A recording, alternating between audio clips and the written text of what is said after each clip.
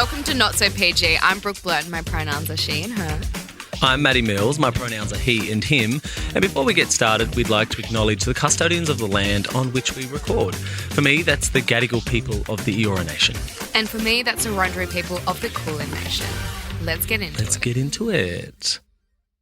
Hey B, how are you? I'm good. How are you? I'm good. It's nice to be back. I took last week off and you held the podcast up. You came and you delivered and you had an amazing episode with your dad. How was it? Tell me about it. Oh, Dad was honestly the best. Yeah. Who knows? We might kick you out of the podcast host. Yeah. I was wondering why I wasn't getting a text to come in today.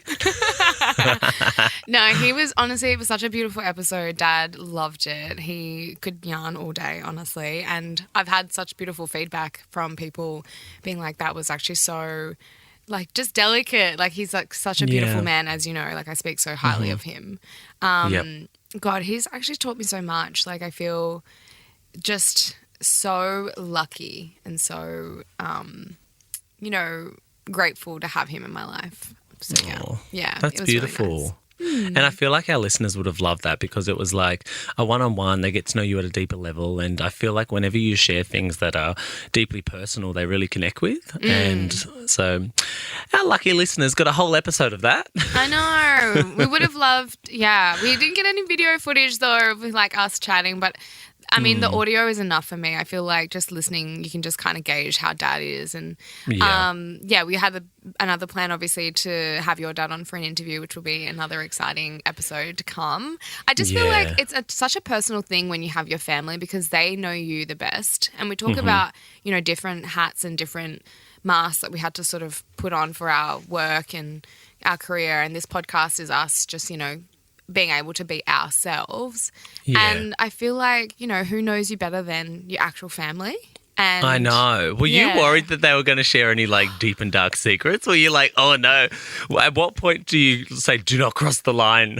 Nah, there's nothing that can surprise Dad. Like Dad knows, he's listened to a couple of episodes and he's like had a little giggle, but he's like, oh my God, like I don't want to know half the stuff. But totally. That's my family too. Yeah. He's such a beautiful man. Like he doesn't even, he's never said a swear word in his life.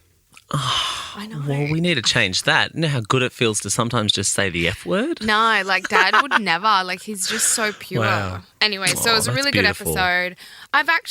I've done a couple of really good episodes. Like it was hard. Like it was so different not having you here. Like it was kind of felt like something was missing. So it's nice to have you back this episode.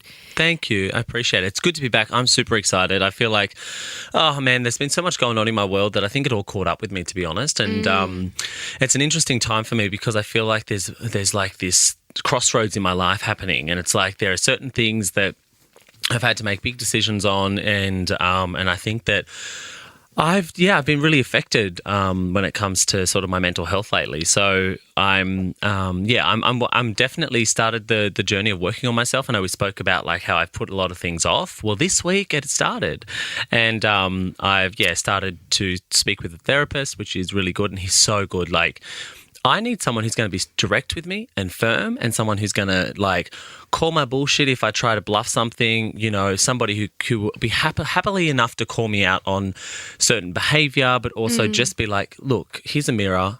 This is what your action's going to lead to. Yeah. And so for me, I've been really like lucky because I've worked with this person in the past. I know how he works, and now I'm like, okay, I've pulled him back into the circle. I'm like, okay, I need to have some conversation. I need to get some things off my chest, and we've started. So I'm really excited about like the journey ahead because between now and the end of the year, I feel like I need to get to a position where I feel really strong within myself because in January I'm moving overseas and I'm like, WTF, like that's going to take a lot of courage because I can move to the big smoke Sydney, but moving to a place like LA for 3 months is like scary. It is. Or, it's like it's across the world. It's a big career thing for me that I need to take on. But I also just feel like I'm never felt so intimidated by like a choice to go and do something across the world. Like, it's like, it takes me back to when I went to Perth for the first time when I was 18. I just got off that plane and nobody knew me. Courageous for you to actually just take that plunge. I think that's a lot of,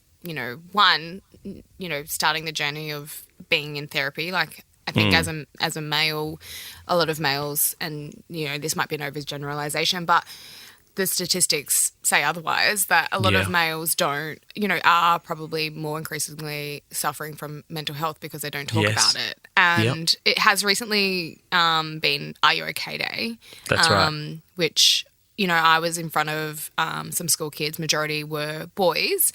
And just even the conversations that were, being had, it was actually so nice to see young boys acknowledging what to do for your mental health and how they can help themselves if they are experiencing it, and sort of identifying it, which I think is such a different generation to what we have now. Like, back in the day, men didn't really talk about mental health.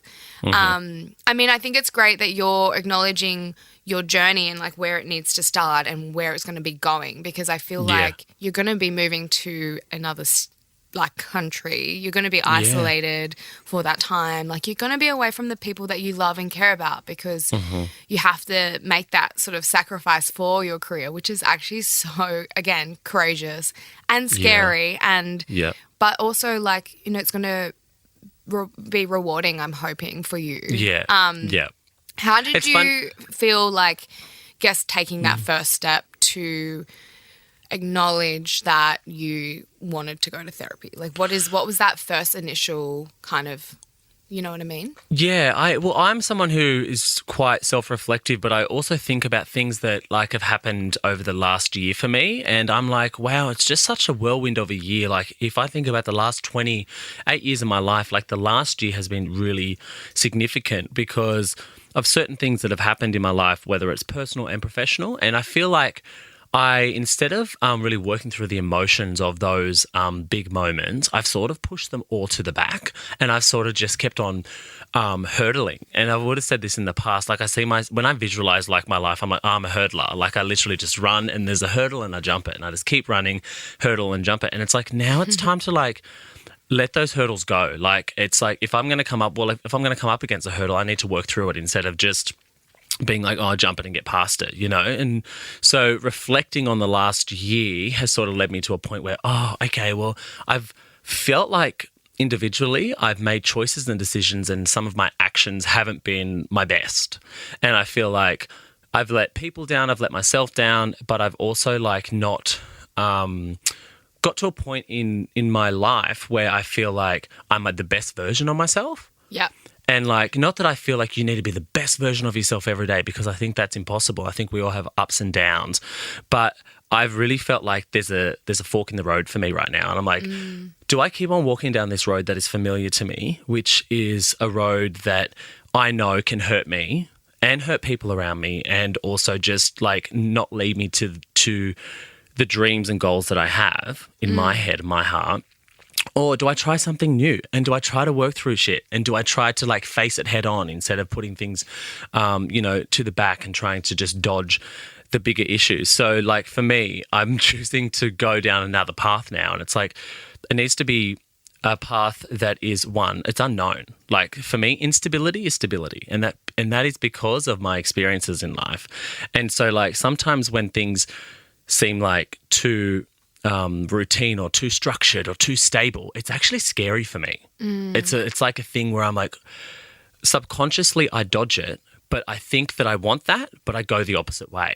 And so for me now, I have to really, like, understand that I need to obviously work through things. I need to, like, actually bring things to the surface, because one day, if I don't, I know that they will all come bubbling up, and I could have a massive breakdown. And realizing that has been really, really, like, cathartic in a way, because I'm like, oh, there's so much stuff. I see my dad. My dad is 65 now. He is really struggling with his mental health, and I don't think that he's ever worked on himself in his life. And I think that I have a very similar approach to things to my dad. And now I'm seeing him, like, not wanting to leave the house, not wanting to get out of bed, not wanting to face the world. And I think it's because he's so heavy with everything that has happened in his life that he's never worked through. And so it's literally weighing him down to the point where he can't move. I know that's like metaphorically, but like it's also... No, but your body reacts to trauma. Yeah, it's manifested in this way. Yeah. So I can see that and I'm like, I don't want that. I want something different. And I have all these things that I want to achieve and I know that they can't be achieved unless I do the work. So here I am saying that I've started the work and I'm really excited because, you know, I've booked in every week. So it's like it's a weekly set time that I get to have a session with my therapist to talk about everything and anything I want to.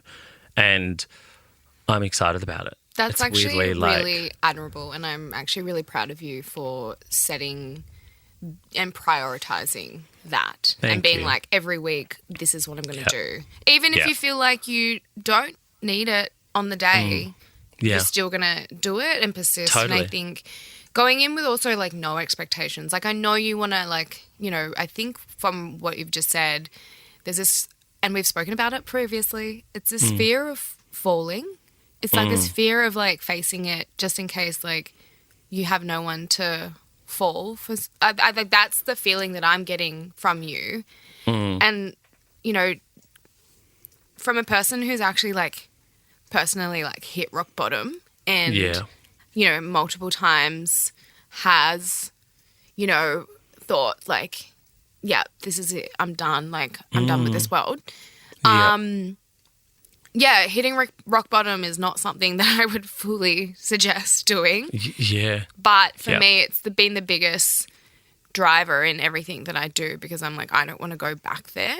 You know what that feels like, I do, and I sometimes feel it sometimes when I do get overwhelmed and I do get like so wrapped up in my head about what I should be doing and letting people down and not being reliable and not being, you know, this bubbly, energetic person. Like I've got my own shit going on and I constantly face it and I constantly stare at it all the time and I look at myself and I'm like, if you don't deal with this now, if you don't pick up your shit and like figure it out, like it's going to come chasing you again. Like, you know, and that's the whole thing of like this, you know, black dog kind of thing. Like that, that's depression. Like it doesn't go away unless you face it and you deal with it and you don't let it define you and don't let it control you. And I think that's admirable that you've prioritized it. And and I think, you know, there is that fear of like, if I start to do the work, like what's going to happen? Like what's going to happen? Yeah, but you know what? You've got such a supportive community around you. Like I will always be here. There's people to talk to at any time. You know, Lifeline as well in a crisis. Like there is so much support and resources out there now that can, if you feel like that, you know, that's who you can turn to.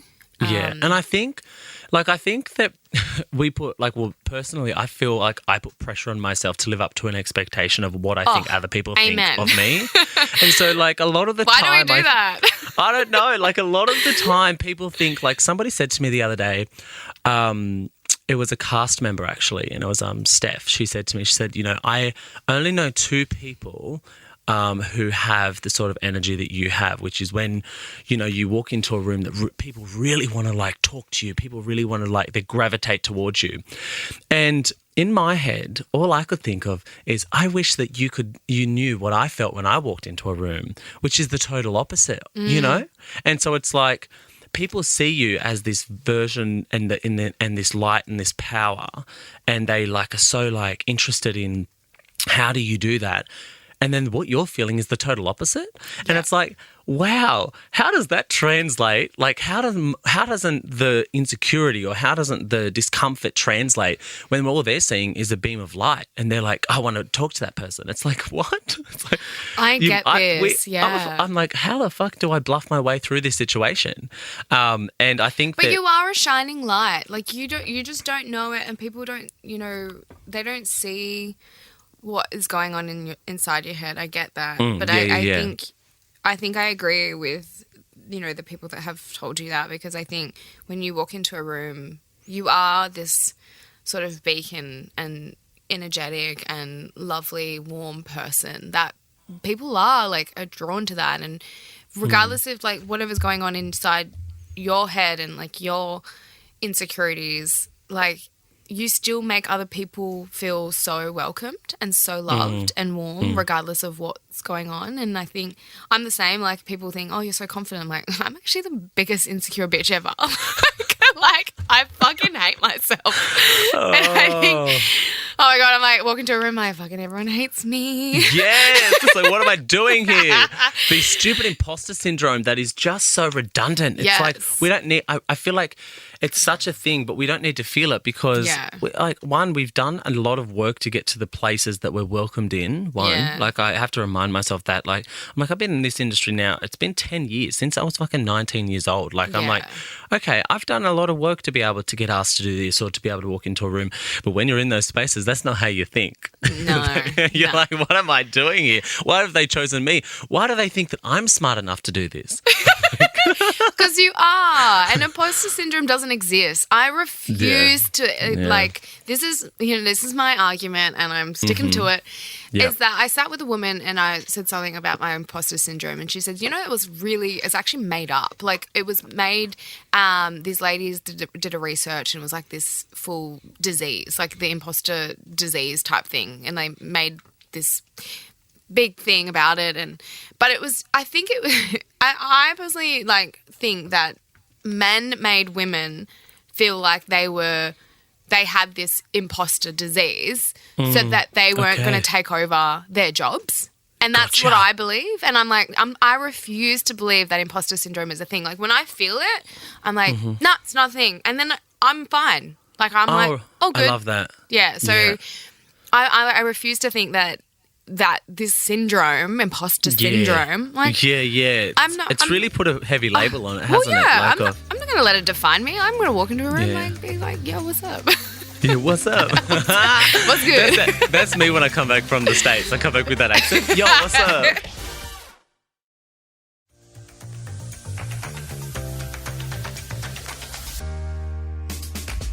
What has happened to make you feel like what has been the biggest thing or the driving force or something that's happened that has made you feel like, okay, I need to face this now? I think there are certain things in my life that that I do that I don't like about my actions when I do that, and I think the reason I'm being cryptic is because it's deeply personal for me, and I don't think that like I'm in a place where like I feel confident enough to be able to bear all and share all, but like And you don't have to, by the way. That's not me like of course, crying, no. I think for me, there are just things that have routinely happened in my life over the years that make me that really remind me that I'm not in a good place.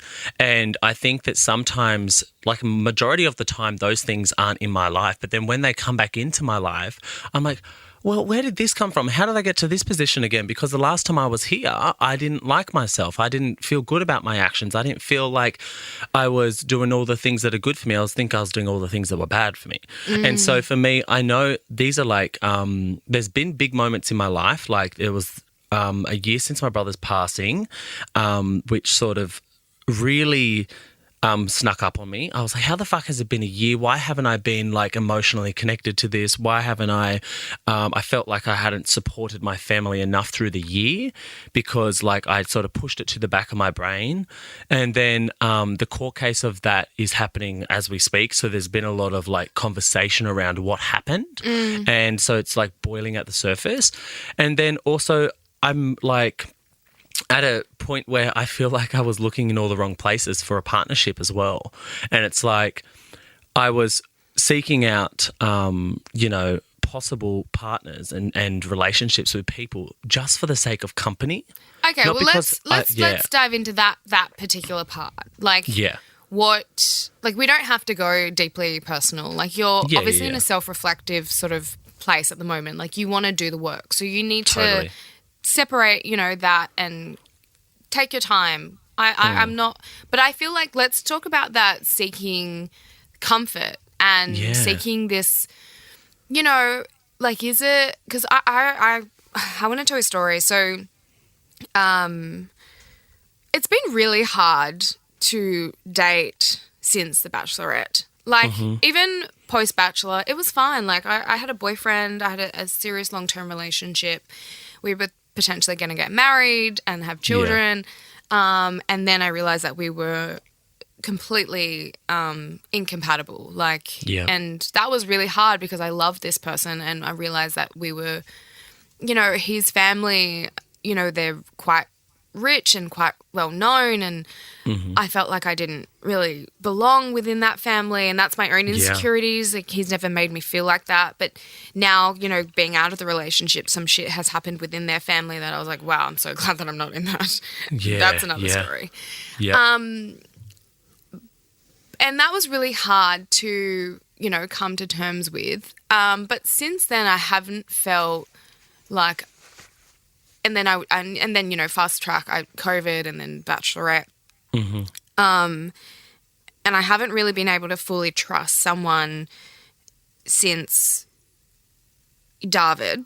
And I'm not, you know, blaming David, or I'm not putting the blame on him, but I think that relationship really scarred me. Like, really, I let down my walls way faster and way quicker than what I would normally do, and I think that has really now affected me dating. And I'm not looking, but I feel like I am looking for this like partnership comfort thing. Like, I'm seeking just this to spend time with someone, but I don't know. It's just so hard because people put this pedestal and this like pressure and this expectation on you straight away when they meet you. Yeah, and I can't imagine what that's like in your position. Like, I know, but it's like, I just want someone normal. Like, and I went for the normal guy, you know. We spoke about my previous ex, the fucking dog. Yes. The dog that did a shit in your house. The dog that did a gunner while you were having sex next to the bed. No, vomited. That was... Vomited. Yeah. Oh, God. Lord. That was triggering. I mean, how has Kobar gone with that breakup? Because weren't they in a couple, the dogs? No, he fucking hated the dog. Oh, he did? Kobar actually hated the dog. He just dealt with him. Yeah, but like going through a breakup again, and then like, you know, putting that trust in someone with my ex-boyfriend, and then him breaking it off really randomly, and then finding out later in the relationship, in the breakup, that the reason why he can't be with me is because he's got shame and guilt around cheating on his ex-partner of 8 years, for 2 years of that with a colleague where he's still working. So that for me like really fucked me up. Like, and I'm like, oh my God. And I'm not on the dating apps anymore. I'm actively just spending time with myself, and I'm trying to do the best that I can do. But I just still seek this like little like, it's like kind of sad. It's like this. No, tell me. Like, I feel I feel like a fucking loser. Like, I feel like I'm like a loner. And someone said something the other day like about me. Oh, my friend Sam, she's so cute. I love her. But she was like, oh, I just felt like, you know, who is this girl like sitting alone in the cafe by herself? And I think like in my head I'm like, oh, I'm so independent. But I'm like, no, I'm actually fucking alone. Like, and I don't want to be alone. Like, I'm trying to really get over this loneliness.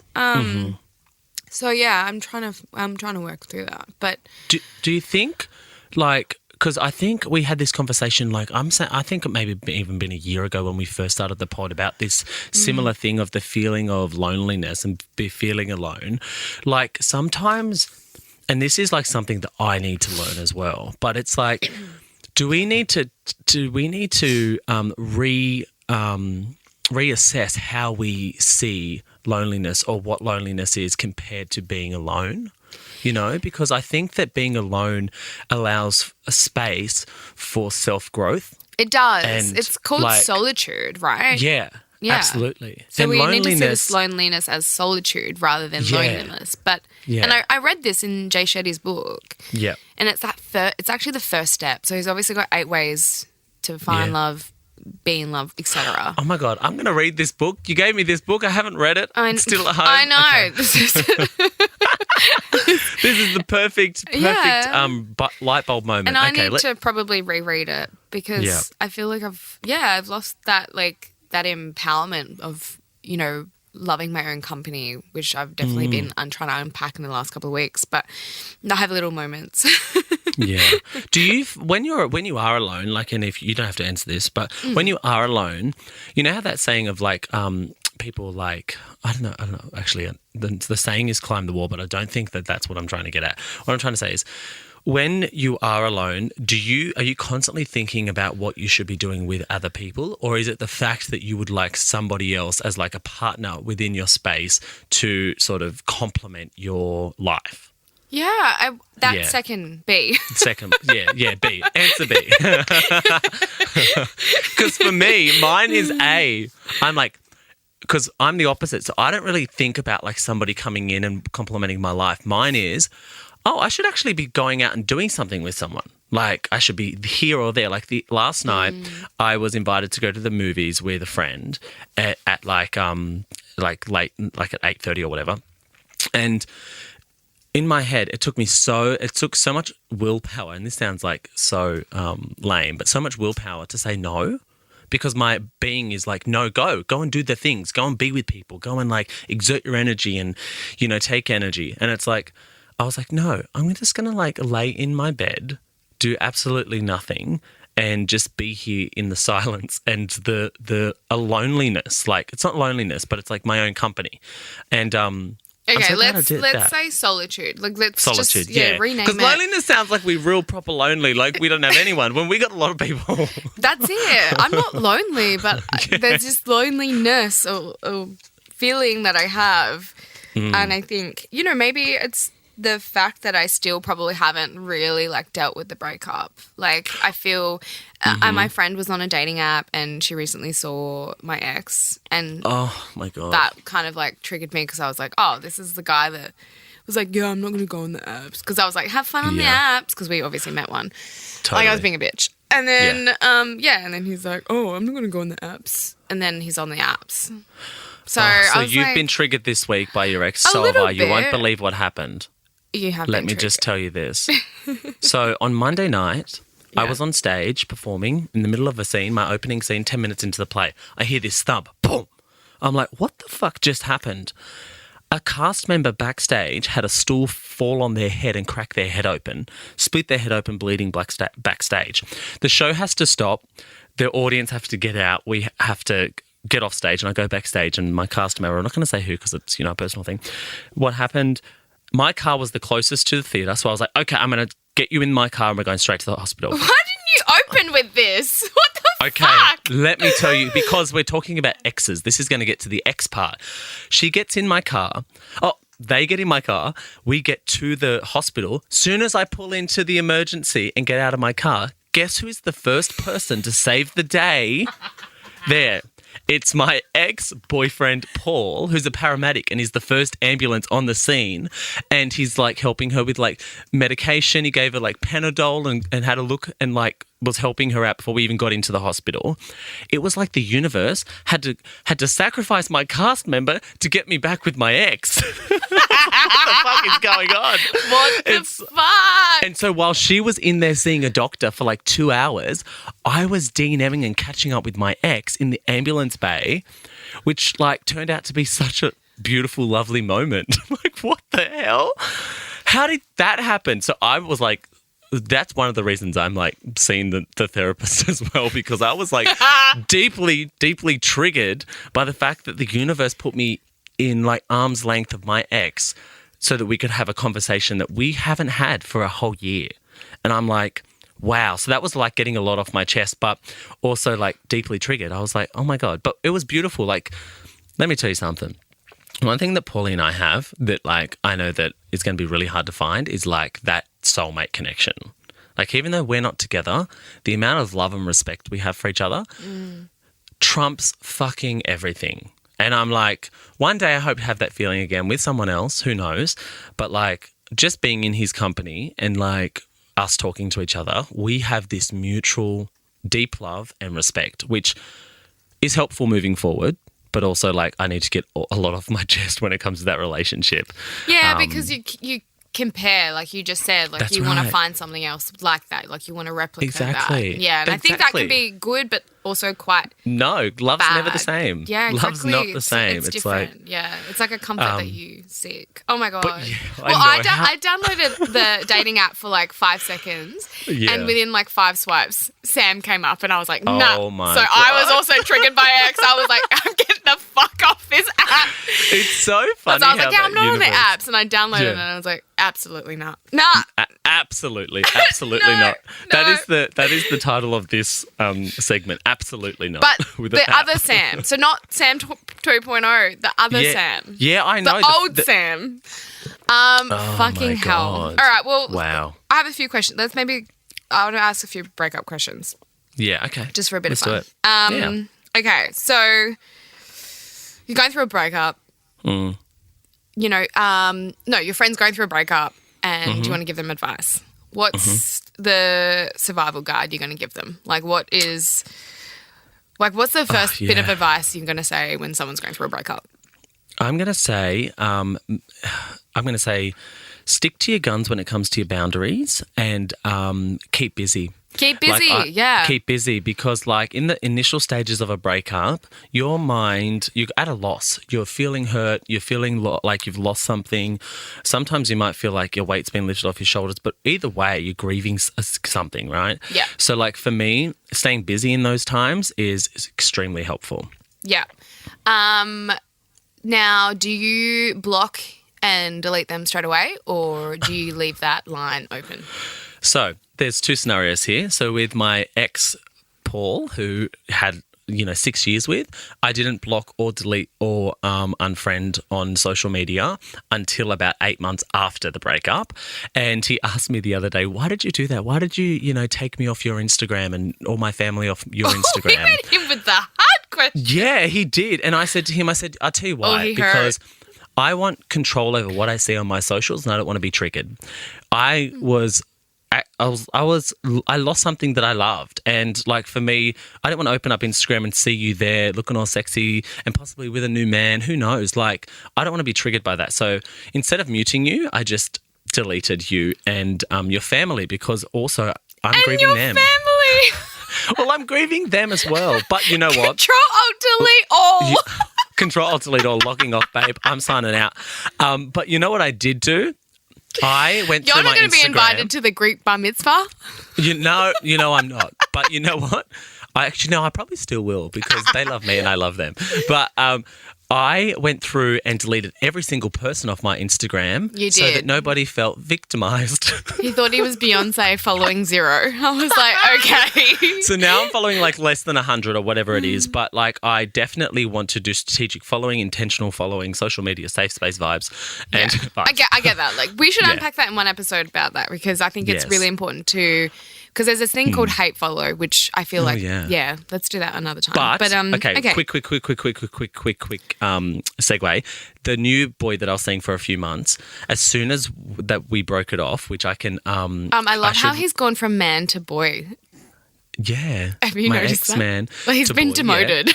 Devoted? No, demoted. Demoted. Well, we were seeing each other for about 2.5, 3 months, and when I broke it off, well, when we sort of mutually broke it off, but I was like waiting for the moment to break it off, because I knew it wasn't going to happen. Like, I just knew it wasn't going to be the thing that I was looking for. So we ended it, and then he deleted me and blocked me on social media because he was obviously a bit hurt by it, but recently has like slid back into the DMs. They always come back. They always come come back once back. they realise what they've lost. Okay, quick question. So, so after a breakup, do you hermit or do you go out? I think you have a little out period. Oh, I'm out. And then I'm I hermit, and I don't want anyone to see, because I then like really feel it. You know what I love the idea of, and I think that like you're good at this, is like going away and doing the work and then reappearing as like A better version. a better version of yourself. And I think that you've done that like multiple times. I think that do you've it like on the reg. yeah, on the reg. And I think that that's like really healthy. And But for me, that was when I just quick note though. That's when Yeah. I was really comfortable about spending time with myself. yes. Right now, Yeah. like I'm not in that Yeah. place. Like I feel Yeah. I like uneasy. about going away and spending my time. Like, I'm just like I don't want to feel sad. Yeah, so totally. yeah, so I'm in my wallowing period. Yeah, but that's okay. I mean, it's been quite a while now, but I think it's just like I've got a connection with someone, and I really love the connection, but I don't think they like me. What do you mean? I don't know. Just I see this person like every day. And I don't know. I just get the vibes, and it makes me feel even more lonely because I do have a connection with someone, and I'm like, oh, like this could be something. But you know what? If you're seeing them every day, and that's by choice, they like you. They like you. I don't think it's by choice. They're my barista. Oh my God! Do not tell me this is the barista that didn't like the pod. Brooke, oh my God. Is. Okay. Yeah, you know what? I I saw this coming a mile away.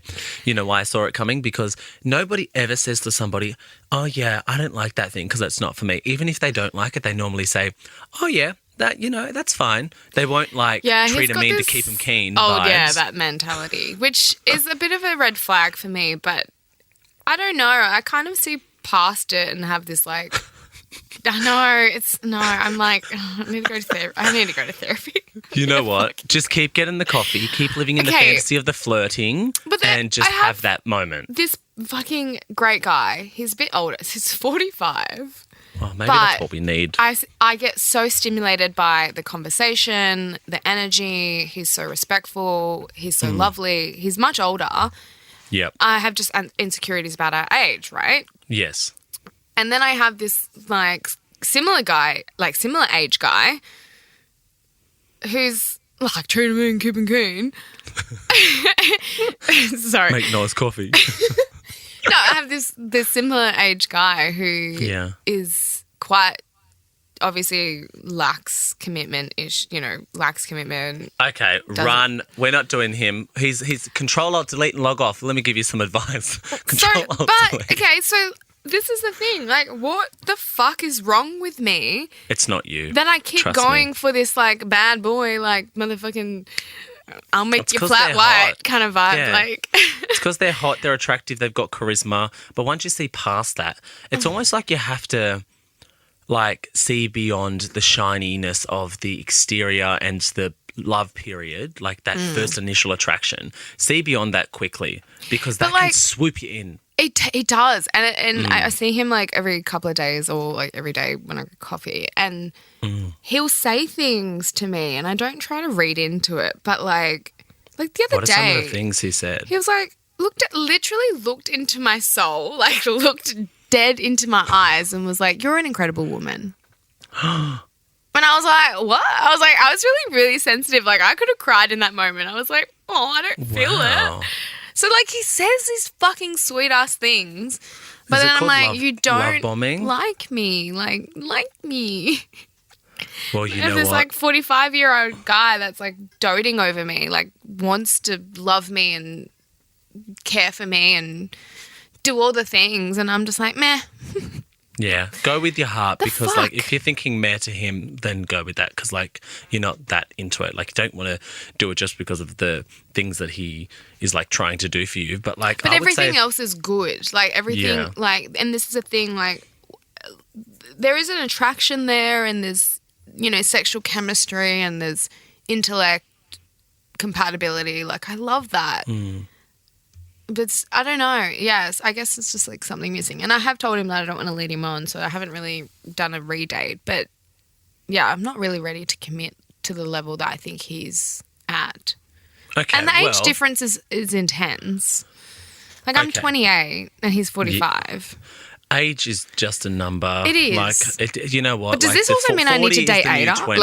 Ada? Does this mean I need to date older because I'm going to get more of that sort of... like I don't think 28-year-olds are stimulating me intellectually at the moment. I think maybe 35-year-olds could. I don't know about... Be